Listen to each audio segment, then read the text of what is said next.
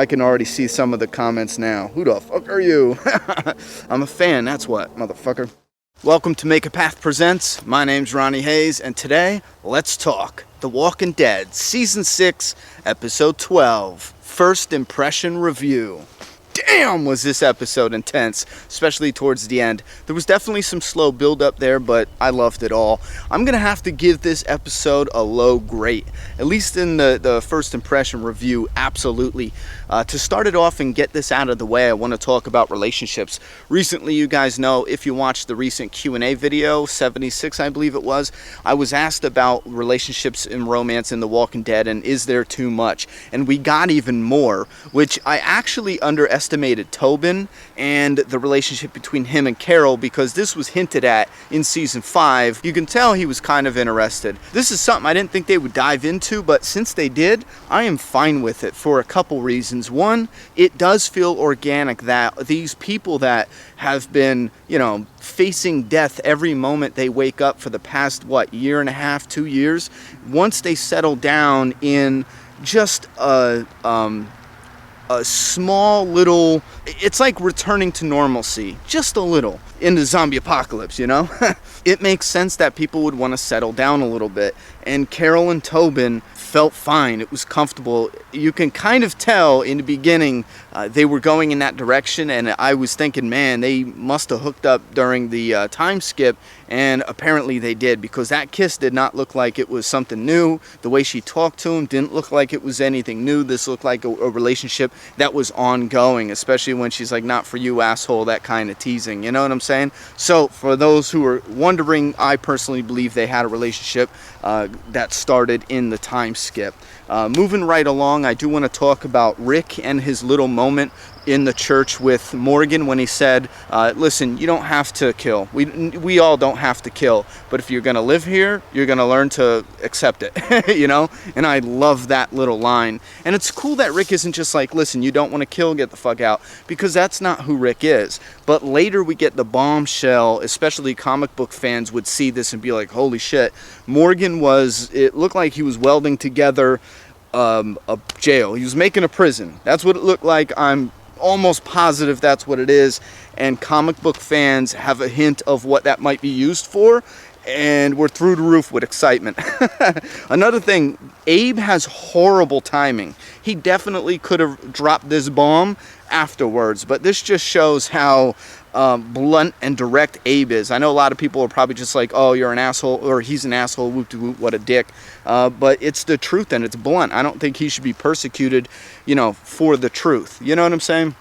He shouldn't stick with her just because they started that relationship.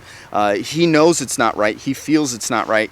And that was the most honest thing he could have done, is to be like, listen, there's no hope for us. There's absolutely no hope. Why even soften it up and stick around? Let's talk about it. That's bullshit. I thought you were the last woman on earth. I hooked up with you. You're not.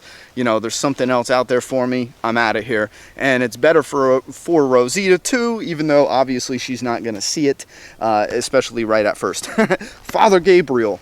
Awesome, A+.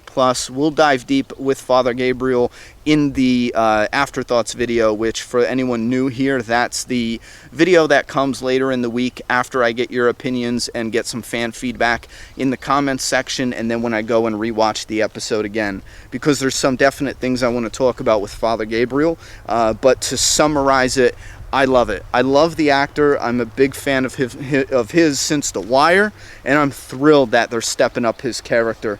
I'm completely thrilled. I do want to talk about a comedic moment here, and that's Rick punching the heads. That was funny. It was comedic. If you are a person that found that was awkward, odd, and cheesy, I completely understand. I think the main culprit for that was the sound. I think they used a more comical slap, I don't know. It was too loud, it was too slappy or squishy or whatever. It should have been just a soft thud. I think it would have added an element of realism to counter or to balance the comedic moment, and it would have worked perfectly. So the sound guys there, I'm sorry, but I highly disagree with your choices there. Soft Thud would have been perfect. I can already see some of the comments now. Who the fuck are you? I'm a fan, that's what, motherfucker. Okay, talk about Glenn.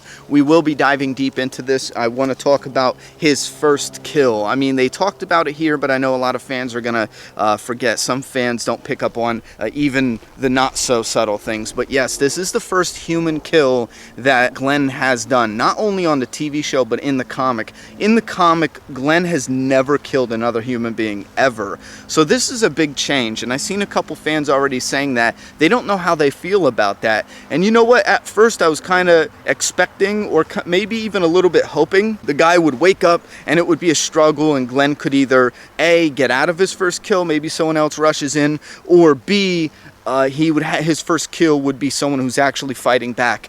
But I think he got some personal redemption in his first kill after he saw the Polaroids that were there. The Polaroids were definitely, in my opinion, they had to be victims of Negan.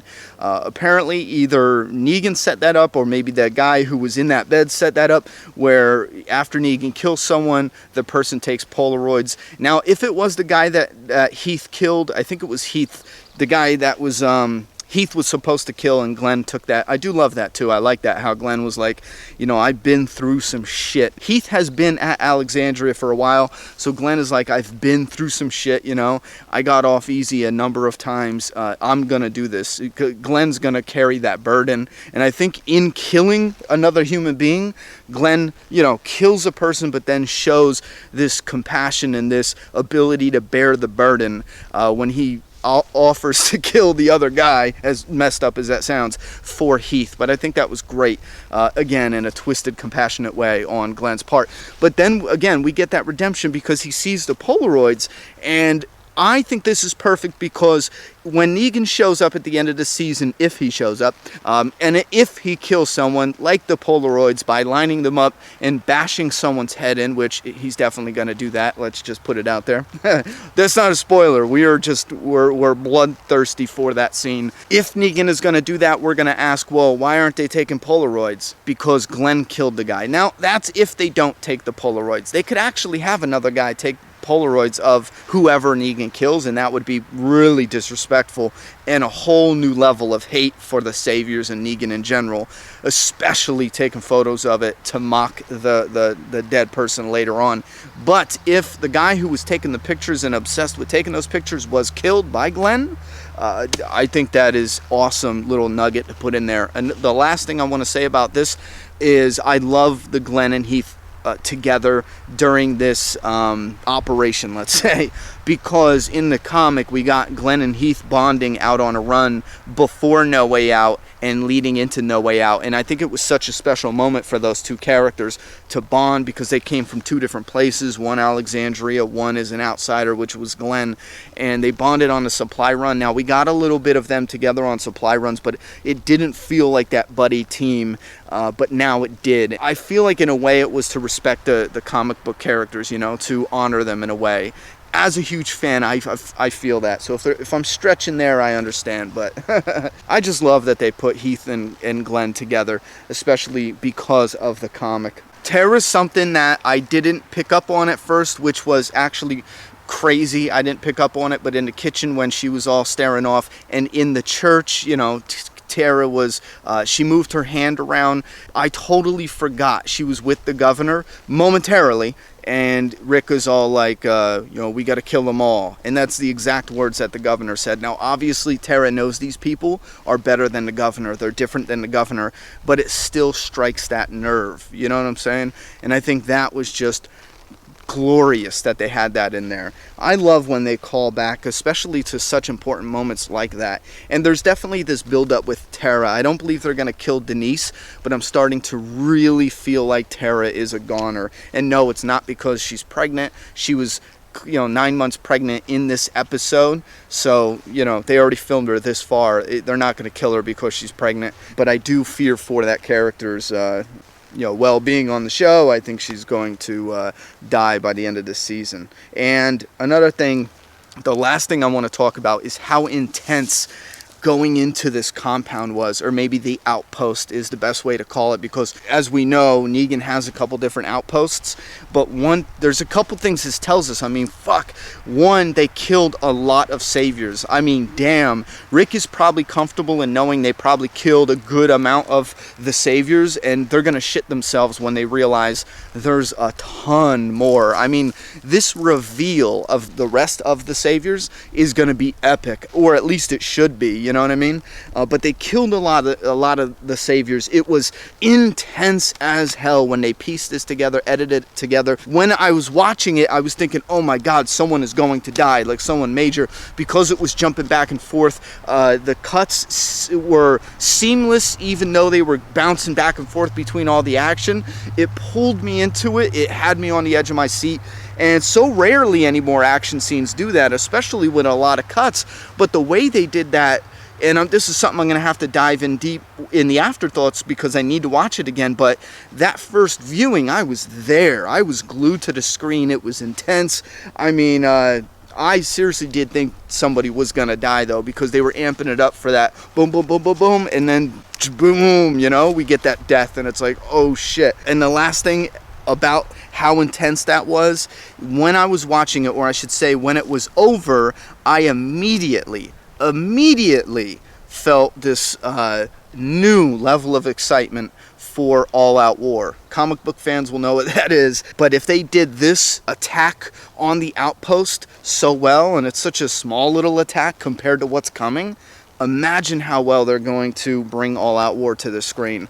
Whole new level of excitement. I can't wait. Listen, guys, if you're new to this channel, if I left out anything in this first impression review, fear not, because in a couple days I'm gonna come back, revisit this episode for a deep, in-depth discussion about this episode. Look at some of the symbolism, look at the different characters and how this shit is affecting their lives. I will touch upon some things that I talked about now, but I want to dive in deep on all the details. I love doing that because there is a lot to discuss, even when it might seem like there's not so much going on. But there's really a lot of shit they're packing into this episode. And this is another episode down that makes me more confident in stating that season 6, in my opinion, is one of the best, if not the best season yet in The Walking Dead. Absolutely love it. Of course, I'm going to go back and marathon all the seasons, you know, after the action dies down, after it settles, because obviously when it's new, it's a little bit more fresh and exciting. So, hey, listen, put your thoughts and opinions about this episode down in that comment box, because I love reading your opinions. Plus, I use them, I feed off them for the afterthoughts, for the fan feedback that goes into the afterthoughts videos. So everything that is going through your mind about this episode, about this season, down in that comment box. I'm done talking. It's your turn. Subscribe now.